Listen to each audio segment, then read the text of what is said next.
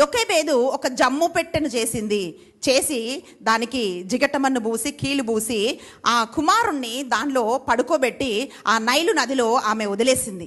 పిల్లరా, అది ఫరో కుమార్తె చూసి ఆయనను తన కుమారుడుగా తీసుకుంది.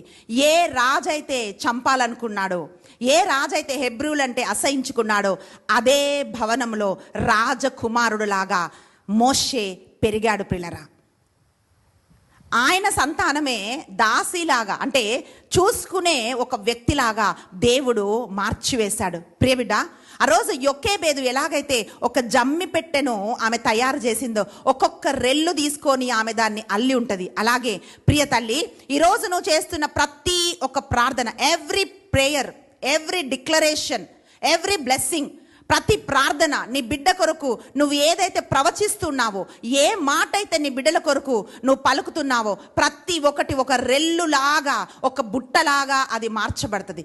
నీ ప్రార్థన యొకేబేదు జమ్ము పెట్టెలాగా అది మార్చబడుతుంది.